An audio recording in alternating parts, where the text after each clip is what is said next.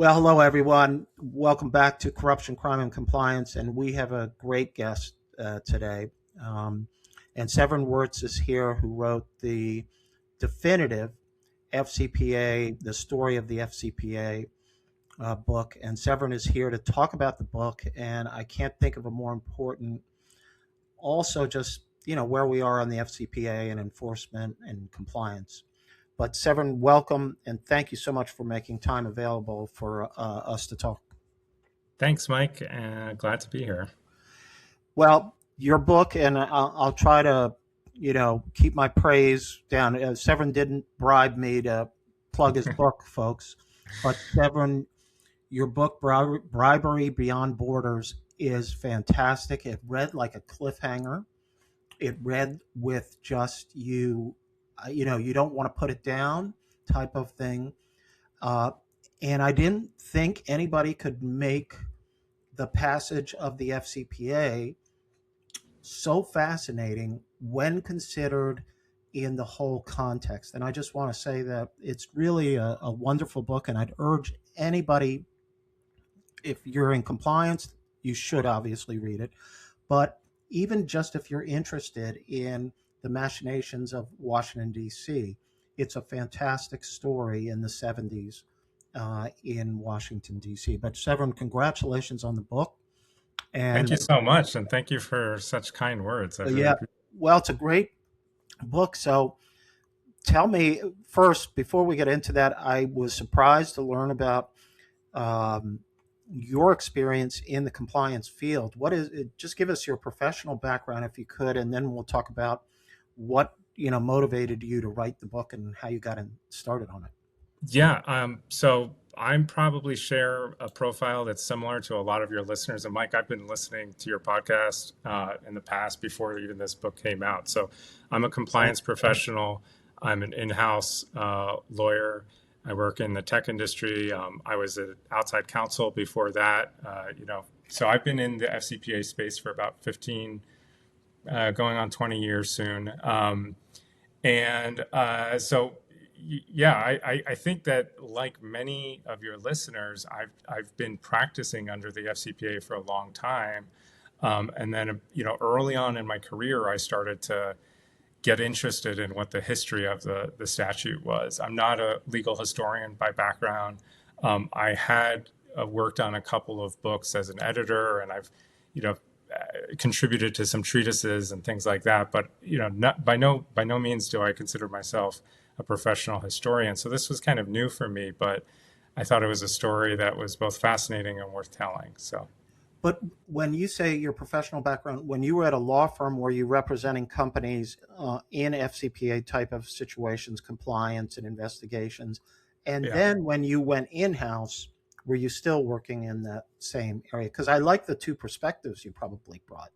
Yeah, that's right. So I graduated law school in 2008. So kind of as the FCPA was taking off, but at the same time, there was the financial crisis. And so I was working in a law firm on two different matters. One, I cut my teeth in the FCPA world on the Bonny Island case, which you probably are familiar with. One of the biggest, the Nigerian, liquefied natural gas case. Yeah, exactly. So that was at the time the largest FCPA settlement ever. Involved a consortium of various different companies, and my law firm represented one of those companies, and I was fascinated by the FCPA. The other big case that we were working on, a matter that we were working on, was we represented the trustee of Lehman Brothers. So I was kind of,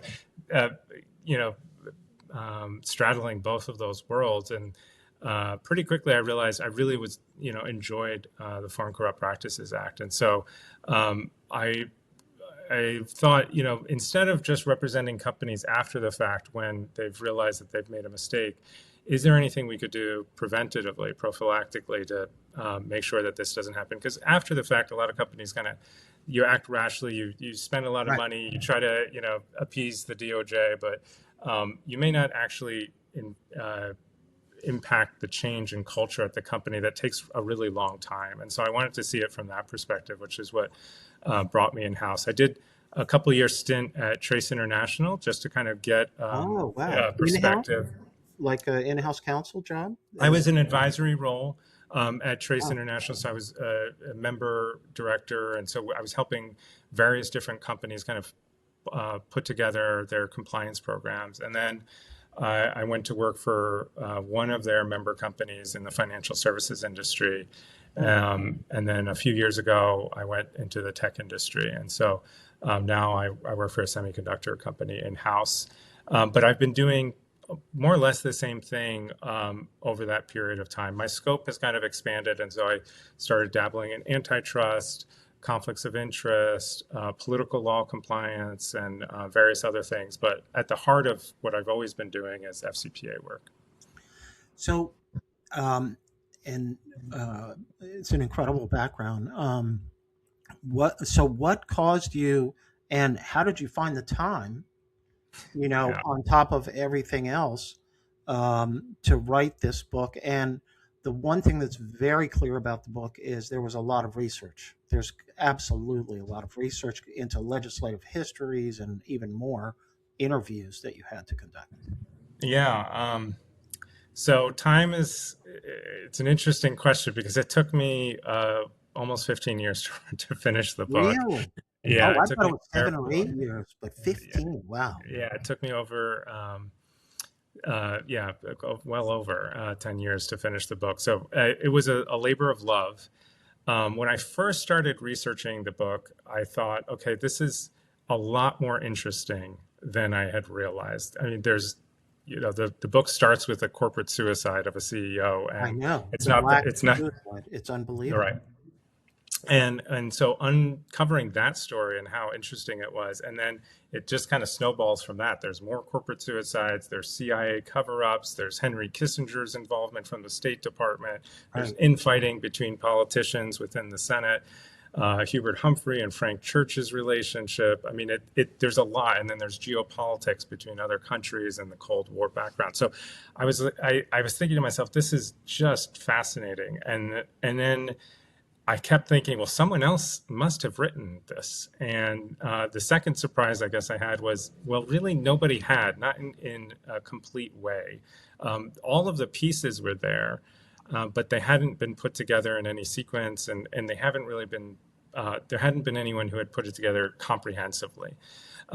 So I realized that there was more research than I needed to do. I went to the Frank Church archives in Boise, Idaho. I Idaho. went Yeah. to the Gerald Ford Archives in Ann Arbor. And then I started interviewing people. I interviewed people from the SEC. I interviewed former journalists, and I've interviewed former staffers on the Hill who had all worked on the statute and then the investigations. And it was, like I said, it was a labor of love. I did it for many years, and I changed jobs. I started a family. Life kind of Right. intervened, and I didn't always know exactly how it was going to turn out until COVID happened, and certain of the people that I had interviewed, unfortunately, started to pass, not just from COVID, but from natural Right. causes. And I realized that this really important moment in history, that we were starting to age out of it, and that in the years to come, more and more of the people who had been involved would no longer be around to tell their story. And I felt like I had a debt to them because they had taken time to talk to me about it, to actually get this out in writing. And so in 2020, I really kind of doubled down on my efforts. And then I found a publisher in 2024, and we were ready to put it out. And then Trump was elected, and my publisher said, "Well, do you think this is going to impact the statute? Should we, hold off on Right. publishing this for at all?" And I said, Trump was elected before. There wasn't that much change. I don't see there being a reason to hold off. But, you're right. Why don't we just wait and see what happens? And then, sure enough, 30 days into his second term, he put a Pause. pause on the Yeah. FCPA. And Yeah. so, Yeah. so then I had to think about it a bit more and changed a little bit the intro and the epilogue. And so we ended up publishing in what was it, about 6 months ago, at the very end of last year. And so it's been great. It has been a very long time, but I did feel like an obligation to some of the people who had shared their stories with me to get this out there and in writing. Well, that, and we'll talk about sort of the pause and what's going on with that, because Trump had been quoted before as saying it's a terrible statute, but then Right. when his first term, frankly, was some record-setting years in terms of enforcement, and they just continued on. And I think it caught a lot of people by surprise when the pause came out because they were thinking it's just going to be like it was before. Right. But before we get to that, and we'll talk about that later, um, I think one of the more surprising things to learn was, and you mentioned it, but I want to give you an opportunity to speak about this a little bit more, was the context in which this occurred. Because most people would pin it to Watergate. Most people Mhm. would pin it to the corporate money that was coming in. Um, then to some of the SEC's actions and things like that. But what I found fascinating was how it really was part of a much broader story in the business world, even global impact. And that was so surprising to me.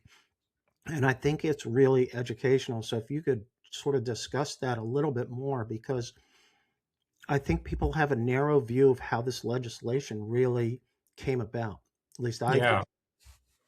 Yeah, Mike, thanks. And that was kind of what some of the motivation for writing this. If you looked at the FCPA literature, uh, really up until now, the history of the statute usually gets pretty short shrift. It's usually about a paragraph, maybe a page or two, Right, and it's discussed as part of the second half of Watergate, right? That in right, investigating Watergate, they uncovered political payments, and some of those payments went overseas, and so it just kind of came as an outflow from that. And what I wanted to do was contextualize the FCPA in both in terms of legal history, but in terms of what was going on in the 60s and 70s that led up to it. So, in terms of legal history, it really followed a tradition that goes all the way back to the early 20th century. And so I kind of follow all of the progeny that kind of led right, to the FCPA, the Federal Corrupt Practices Act of 1910, its amendment in 1925,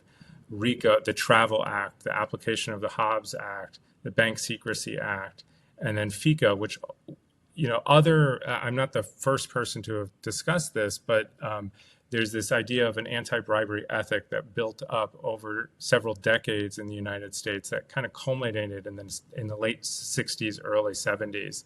And the FCPA was really the beneficiary of all of that work that had been done up until then. And so why that's important is because many academics and some critics of the FCPA have talked about it as a knee-jerk reaction to Watergate, right? When we talk about post-Watergate morality, we have to understand that that was a term that was loaded at the time. It was kind right, of similar to today. Some people might saying a stolen election of 2020, excuse me. right, So, these things meant something. It was a term coined by Spiro Agnew. When he was referring bitterly to his having to resign from office, that he was the victim of a post-Watergate morality. Well, that's not really true. right. That concept is contested, and I would argue that the FCPA really came about as a result of a lot of other things that were happening in anti-corruption jurisprudence. That's number one. But number two is okay. There's that happening, but there's also Vietnam. There's also, the rise of the multinational corporation, which was a relatively new phenomenon, especially in the 1960s, on a scale that hadn't been seen before, where large multinationals, specifically American ones, were rivaling in GDP very large companies, countries, Australia, Ireland. General Motors, for example, I think would have been the 14th largest country in terms of Right. GDP had it been one. So, and then there was concerns that not only did these multinationals amass a lot of wealth, but they were using that money to undermine democracy in other parts of the world. And so it's important that the subcommittee that investigated bribery overseas was also the same one that investigated ITT's involvement in Chile Right. to Right. overthrow, Allende and the coup there that led to the rise of Pinochet. All of that was sort of in the minds of both Congress and the American public in terms of the danger of American companies in being able to undermine American foreign policy and democracy overseas. And this all played out against the backdrop of the Cold War, where the Soviet Union was really using all of this as propaganda to show the evils of American capitalism, right? And that look at these American companies, they're completely two-faced. This is what we've been kind of saying all along, and it's not for nothing. We've kind of forget it now because it's kind of ancient history. But communism was a real threat in a lot of countries Mhm. that today we wouldn't think of that. Including Western strongholds in Europe. So Italy had a very strong communist party. France, Portugal, the Netherlands, and obviously in Korea as well, where there was, the Cold War was still kind of fresh, and there were concerns around what this would do there. So that's the kind of context I wanted to give to all of this, and to show that, yeah, this wasn't just some Watergate thing. That's all that there was. There was a lot more going on, and hopefully, that came through in the book. And I think what that shows is that the way the FCPA came about was not so much in its little world, but as a bigger context here, a lot of things had to align at the time. If Yeah, you tried to today bring the FCPA up, everybody would laugh at you if you proposed it and that's right. without That's any right. context. And here, the not only Watergate, but you mentioned something that I think was very significant was the ITT matter, which was 72. And Hmm. that showed how a big company literally tried to overthrow the Allende Hmm. regime in Chile, and that was a big concern. But there were other factors. You also had personalities like Frank Church, who was in a, I knew him as a kid, and as his son I grew up with him. I mean, Frank Church was a very dynamic leader at this time on this issue and took a lot of risks. Yeah. And if Um, but for him being there at that moment and how he came about, you can line up so many facts, but even the way you started the the story with the suicide of the CEO Black, who killed himself on and why he killed himself out of the blue, all of a sudden I think the forces that you have identified that go back in history were coming together in a serious way and got sort of inflamed during the Watergate era. But if had that not all occurred beforehand, who knows what would have happened? You that's know, right. Now, I love the point you made earlier about, had this been brought up today, we don't know if this would actually pass. I don't think it would In pass. Yeah, I don't think so either. And you have to remember, this came about 30 years before any country passed any similar statute. So why? And how did Congress sell this to the American people? And it wasn't just because of, the fact that Nixon resigned. Frank No, Church was very clever in being able to tie overseas corruption, not just to undermining democracy, because he really cared about that issue, but he also was able to tie it to the American pocketbook. And so he, gave examples of Muammar Gaddafi's rise in Libya as a result of kind of corruption there, and the impact that that had on rising oil prices and inflation during the 1970s. So, he was very smart in being able to show, like, this isn't an academic issue. This actually matters to Americans today. We should be concerned about overseas corruption because in the long run, it can lead to anti-American sentiment overseas that can correct. cause, repercussions for Americans. And that was something that I think Frank was really, great at being able to show. Right. And the reason why this should be a movie, like like an All the President's Men, is because you have great characters. And let me throw out another one who I was very close with professionally was Judge Stanley Sporkin. Now, had it not been all of the factors we're talking about, all of the events, the sequence of events, the timing, the fact that people, Frank Church did this, whatever, and the events that happen. And then you get a guy like Stanley Sporkin, who's sitting there in the Division of Enforcement at the SEC. And I mean, I give him credit. He told me this story a million times of all the things that he did to help get the FCPA. And, he was viewed as a very knowledgeable person in this area and really highly regarded. But he had a lot of creativity to this too. He was the first person to have a voluntary disclosure program Mhm. where you would get immunity. So That's right. companies were coming in and he was finding out a lot of information.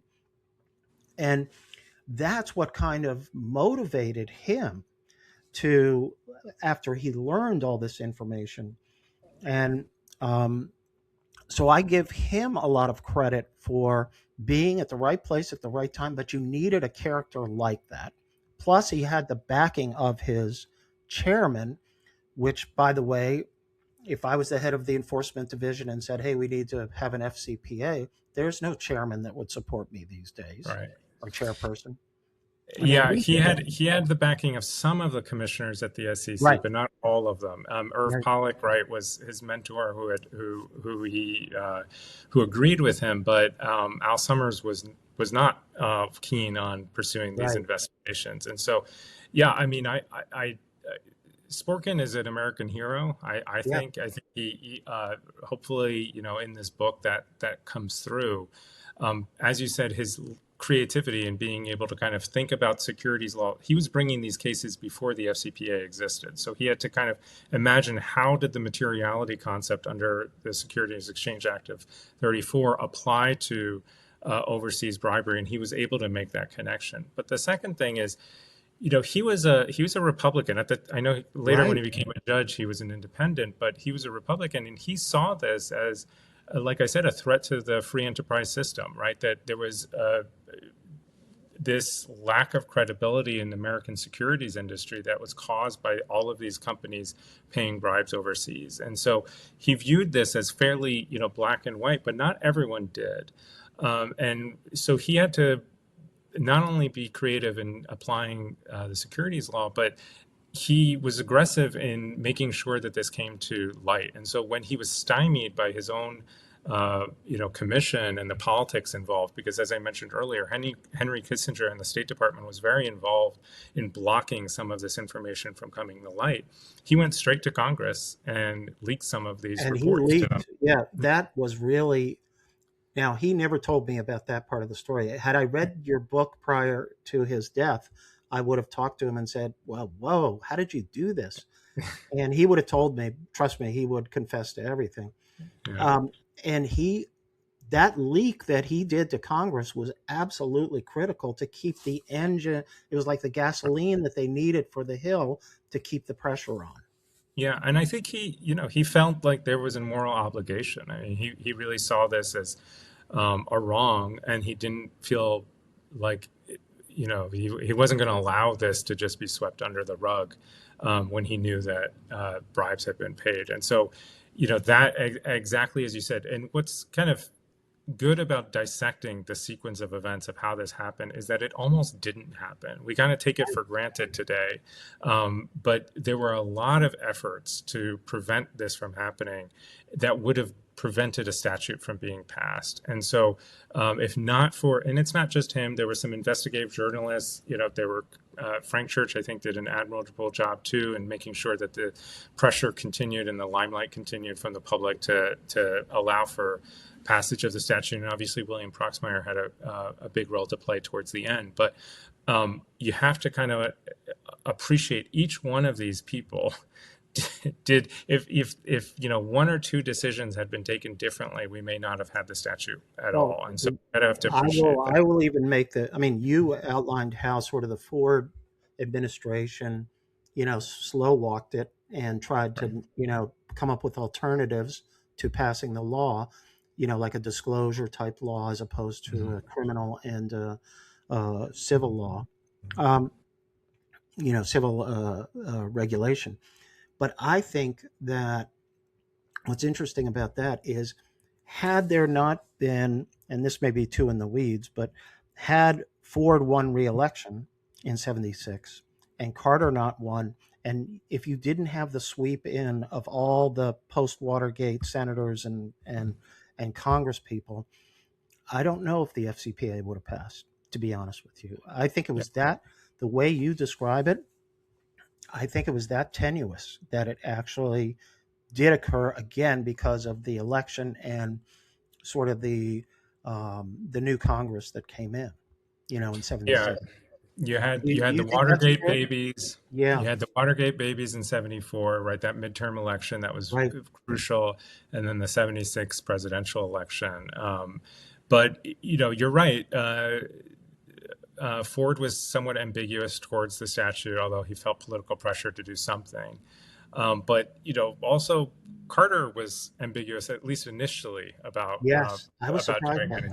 Yeah, Yeah, I think a lot. And in later years, he takes a lot of credit for the FCPA, and he wrote a couple of forwards to books saying how proud he was of leaving the FCPA as part of his legacy. But initially, his administration was lukewarm to the statute, and you know actually that's when William Proxmire really steps up in being able to assemble enough political will within Congress to get it over the finish line. But but um, what about the fact, like, you didn't?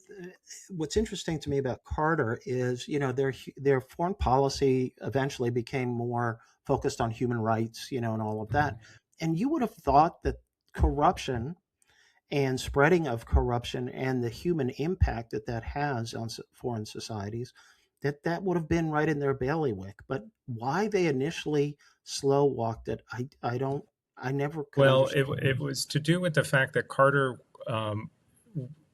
he sensed the political winds that were coming in terms of the need to deregulate Yeah. business in a stagnating economy, Hmm. and that kind of Keynesian economics were on their way out, and that Ronald Reagan was not yet president, but his brand of politics was becoming increasingly popular with mainstream America, and in fact, Carter was a Navy engineer by background, and he had promised in coming into the White House that he was going to reform politics and somewhat deregulate certain industries, which he did for the banking industry and the Air, logistics. I think it was and trucking. airline and Yeah. airline. Yeah. Well, So Kennedy did too. Yeah. yeah, so the FCPA was antithetical to that. I mean, he was always balancing these two wings of the Democratic Party. Some who were more keen to do deregulatory reform, and others who were kind of New Deal Democrats who were leftovers. And so he was balancing both of those.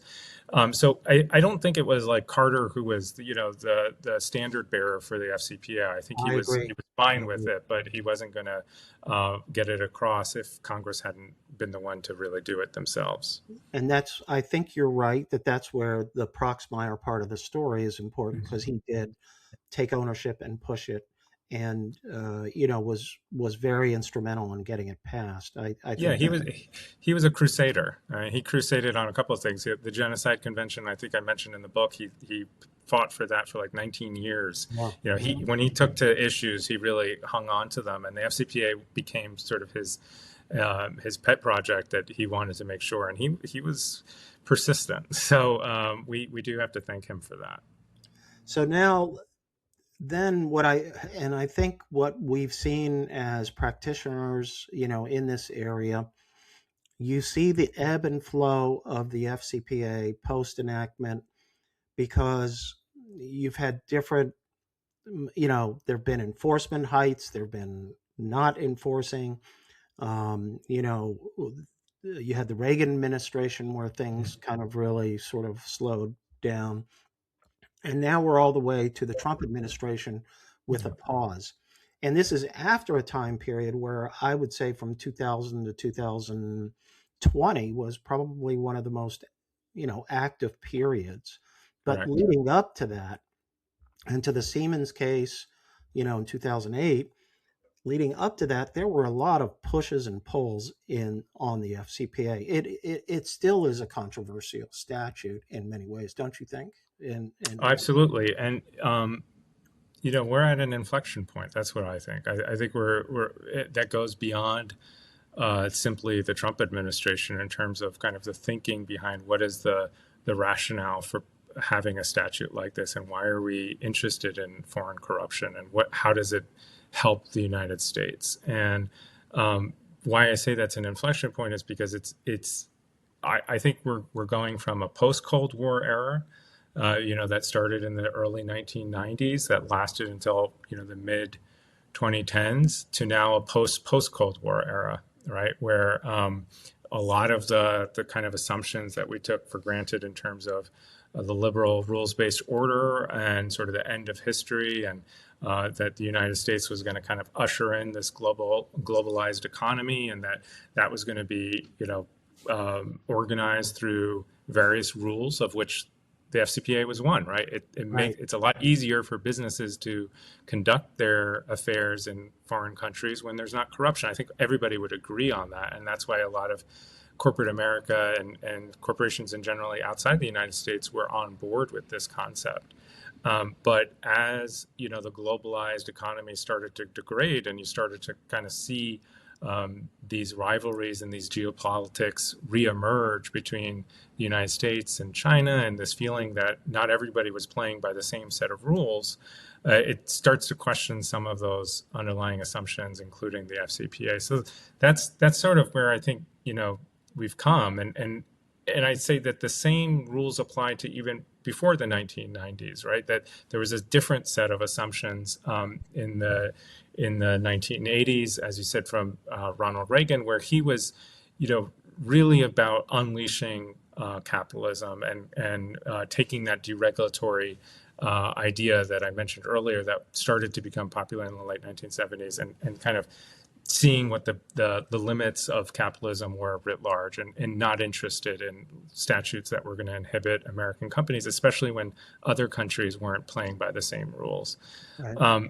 So, one of the questions I have is, well, what is the next narrative going to be for the FCPA? How are we, if we're not, if we're now, if you agree with me that we're in a post Cold War era, how does the FCPA advance American interest in this new environment that we're in? And I think it does. I'm a proponent of the statute, but I think it does for a lot of the same reasons it did in the 1970s, which is it promises a vision of a global economic order that is different from that is potentially the example of our rivals of China. Right.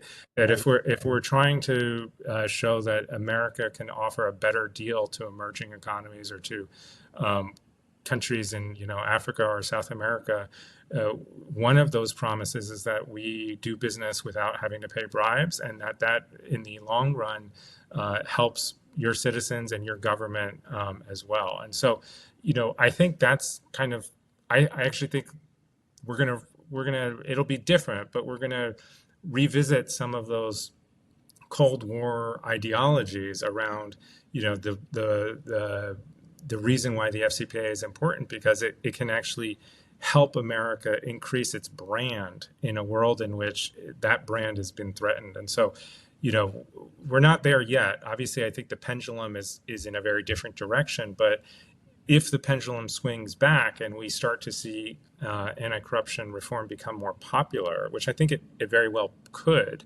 one of the arguments for why the FCPA is still important is not necessarily going to be, well, we need a globalized economy, we want to go back. It's not the same optimism that we had maybe in the 1990s, where everybody was going to be following the same set of rules, but it's still going to be around, what can America offer the world, and what's our promise, right? Right. And how do we make sure that our companies are following through with that promise? And I was kind of one surprise. I mean, these are little tidbits from your book that I read that were just really interesting. Is now you hear proponents saying, um, even right up to the new Trump administration, uh, and now Trump is repeating it, which is this is a statute which should be used to ensure fair play and fair competition among everybody, including the American companies. Because I Now, what was interesting about that as a recent theme and talking point is that you actually had statements that were made back in the 70s on the same point. And it was like I felt like we had come full circle again. Yeah. And that's why we're at an inflection point, because I will tell you, when I deal with clients and they tell me, or a salesperson or the business development people say, we lost on this contract because somebody paid bribes and knocked us out, and we're ticked off about that. And I think that talking point and the fact that we want to promote American business means that we want to promote American business with fair play, a level set playing ground on which to compete. And I think that that's an argument that carries no matter what administration we're talking about, because No, I've that's seen it in real world, where people are salespeople. They say the only way they got this was through paying bribes. yeah. So I was at the FCPA conference in DC back in December and heard David Fuhr, the FCPA Mhm. unit head at the DOJ talk, and um, he was talking about the memo and about this. One of the points of the new policy is we'll only bring cases if it's in the U.S. national interest. And there was a Interesting. question as to whether, does that mean we're only going to be bringing cases against foreign companies and not American companies? And he made the point, which is that no, if American companies are paying bribes overseas, that could be anti-competitive to their American counterparts, right? That hurts Correct. American companies I as agree. well.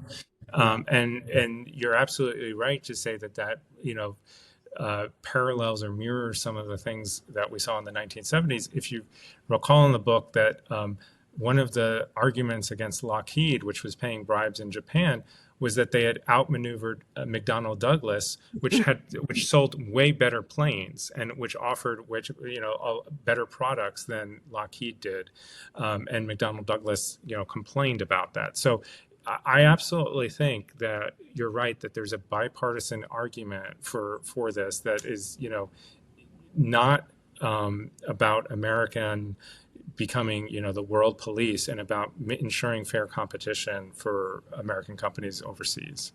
Yeah. Now, we do have this sort of new element.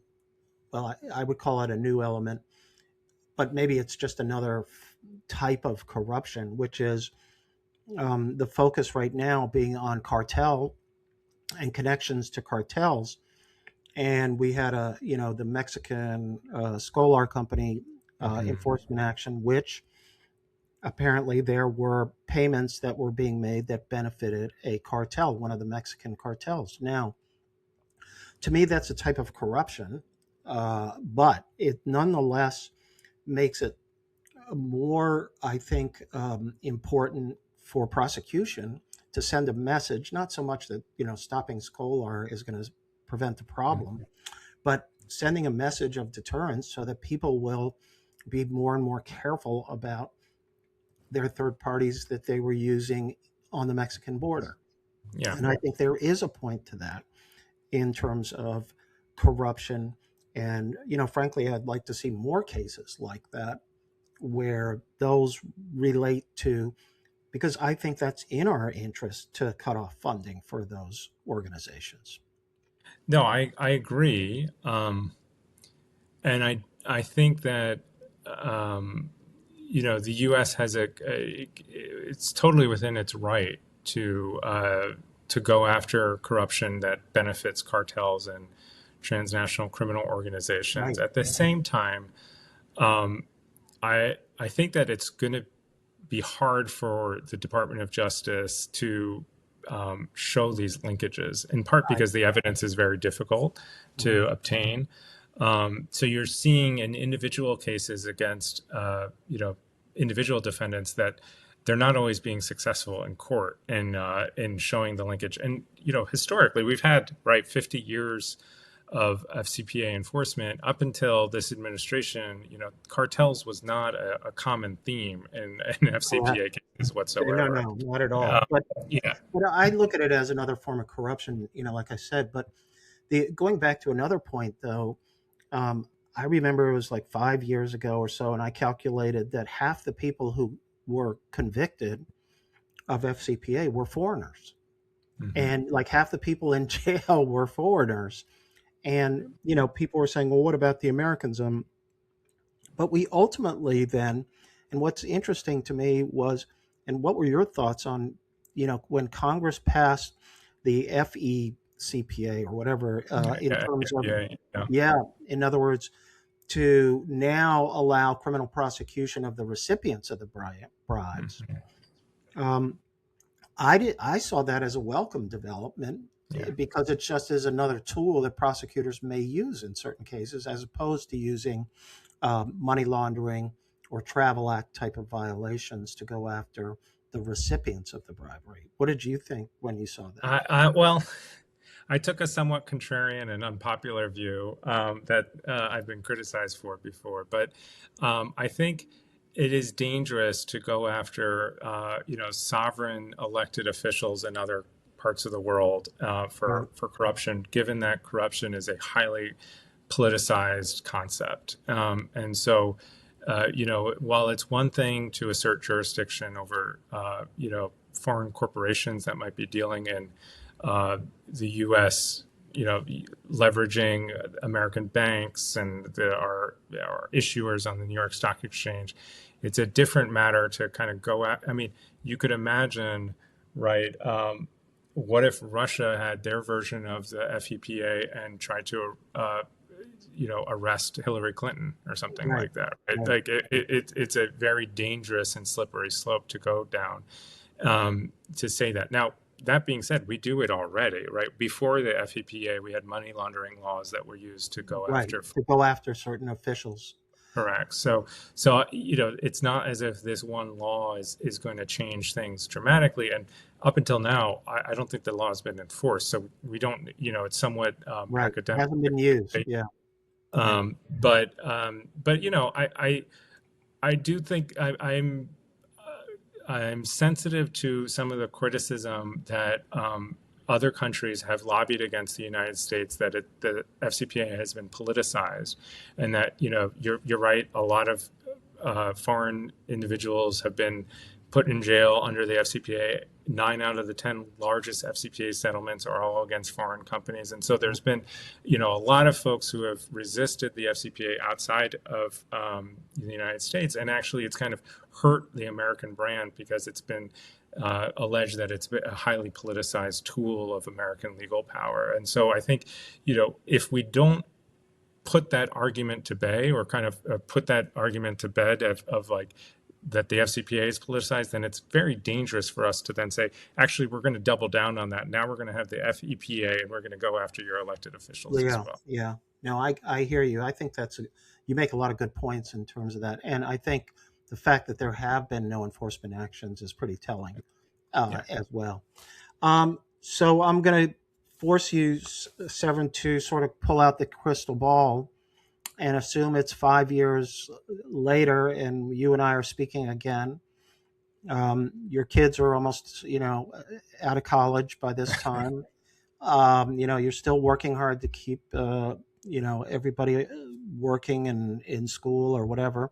And I'm going to say to you, well, what do you think of your prediction of what's going to happen in the next 5 years with the FCPA? And I, Yeah, I'm loath to answer this question because, yeah, trying to be a good historian, it's very dangerous to try to predict the future because that it's anybody's guess. but I will say this: you use the word pendulum, and the Yeah. question is the pendulum still swinging, or is the pendulum about to swing back?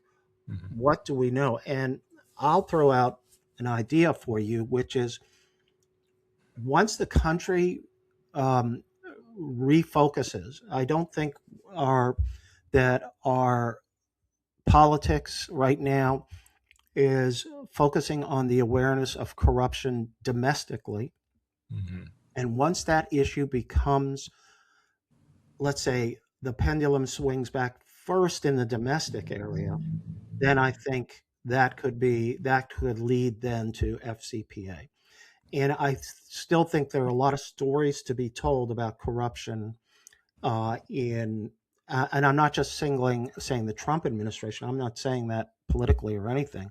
I'm saying at local levels, at every level where there are corruption prosecutions. That, to me, is an important priority for the FBI and other law enforcement on local corruption, where things we all are aware of and Hmm. suspect. And I'm not saying, and I think that there needs to be greater awareness of the issue of corruption at every level of our society. Yeah. Um, so, the idea of corruption has ebbs and flows in American Right, culture. Through the decades, there are periods of time in which the American public is highly concerned about corruption, and other periods of time when the concerns are elsewhere. It is clear that over the last 5 to 10 years, whether you're on the right or the left of the political spectrum, there's a lot of talk about corruption. Trump came into office uh, promising to drain the swamp. In Trump 2.0, Doge was all about fraud and waste in the right, American government. So the Republican Party has clearly embraced an idea of corruption that they've held out as their mantle. On the other side, there's tremendous amount of concern around corruption in the Trump administration, and Trump himself, who's amassed an incredible amount of wealth in his first year and a half of office, both for himself and for his family. And so, yes, I think this is going to be a contested concept for many years. And I agree with you that I think there's going to be a revisiting of corruption in the domestic context. I think that, both FICA, which is kind of the main statute that dominates, political law and right. campaign contributions in this country. I think that there's probably a good chance that Congress revisits it and re-strengthens it. I also think, um, the Supreme Court is going to get brought in on some of these ideas as well. Buckley v. Vallejo, which is kind of the 1976 longstanding campaign contribution law or case, there are a lot of people who criticize that statute now, or looking at it and saying, has that really set us up for success? Is our politics today the way we think it should be? Because if you look at all the cases that have come out since then, McCutcheon and Citizens United and all that, the people, are pretty upset about some of those cases. And so, I think,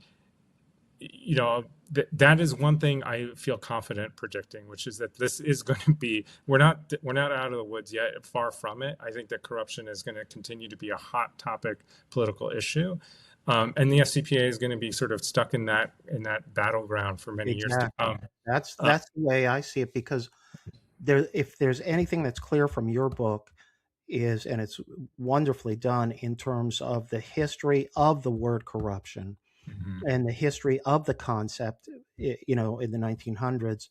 Um, and you even cited a great history book that goes all the way back to the founding. And I forgot the author's name. She did a great job on the word corruption. Yeah. And you really well, you made me very aware of that pendulum going back and forth, and that the FCPA is sort of at the tail end of that issue.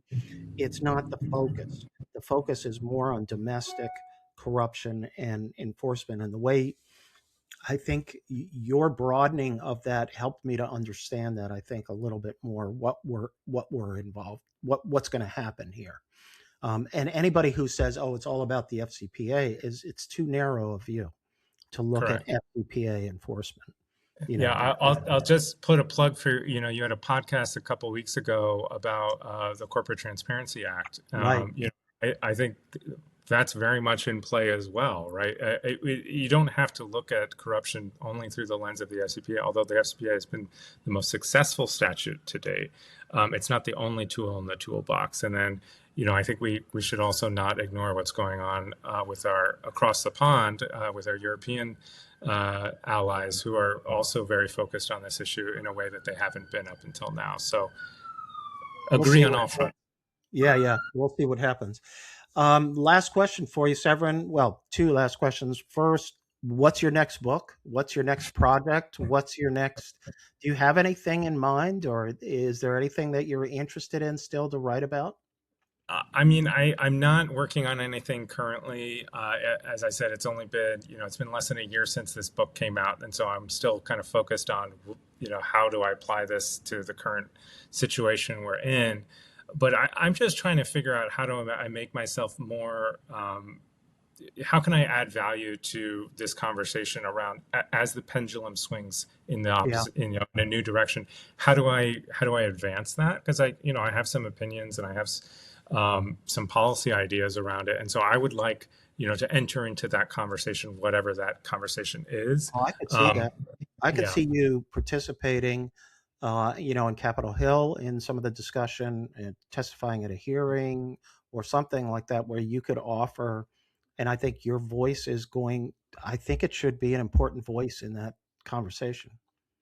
At appreciate you least saying that. Thank you. I hope that happens because I think you bring a balanced but historical perspective, and I think that it makes you more reasonable when you understand the whole context, as opposed to having an axe to grind about some issue right now. Do you know what I mean? And that's why I love. That's why I wanted to be a PhD in history, Severin. So, and ended up in the law. But I really admire the work of you as a historian in improving the value of history and people who take time to study it and memorialize it. So I congratulate you for that, and I thank you, to be honest, with that.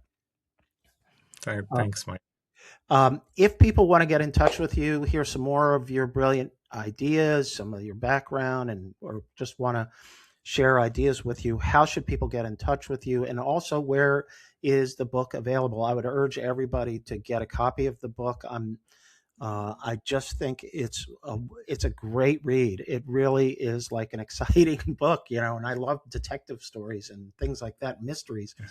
It's really a fascinating book, and I'm, Reverend wrote it in a just really great way. But where do we get the book now, and how do people get in touch with you? yeah, thanks, Mike, and just thanks again for inviting me on the podcast. I'll say you should visit Corporate Compliance Insights website. They're the publisher of the book. They have a webpage that also includes a timeline, so if with some added images, so you can kind of explore some of the material that way. There's also I think the introduction and the first chapter are available for free on that website, so you can get it there. But in terms of if you want to buy the book, it's available in online retailers, in bookstores. You can order it. It's also available in some libraries. So, get it however you get your books, I guess is the answer. Yeah, And then if yeah. you want to reach me personally, you can reach me at severin@briberybeyondborders.com. And, always interested in talking to folks about this. It's cool. One of the nice things about putting this out there is people who I hadn't had a chance to interview or talk to, like yourself, about the book, who interacted with some of these folks before we got on the podcast. We talked about your familiarity with Sporkin. I've had an opportunity to talk to folks who lived through some of these things as well, and so I always encourage people who were part of that or who want to talk about the FCPA. I love talking about it, so please do Oh, reach that's out. terrific. I'd urge anybody to reach out. Severin, you're on West Coast time, which is nice because I am too. So it makes it easier. And thank you again, and congratulations on the book. I wish you all the success, and I'd love to see another book, another project, but we can't wait 15 years for it, though. So we're going to have to get you, we're going to subsidize you to work on it faster, okay? But thank you so much. It really is terrific to talk with you. Thank you, Mike.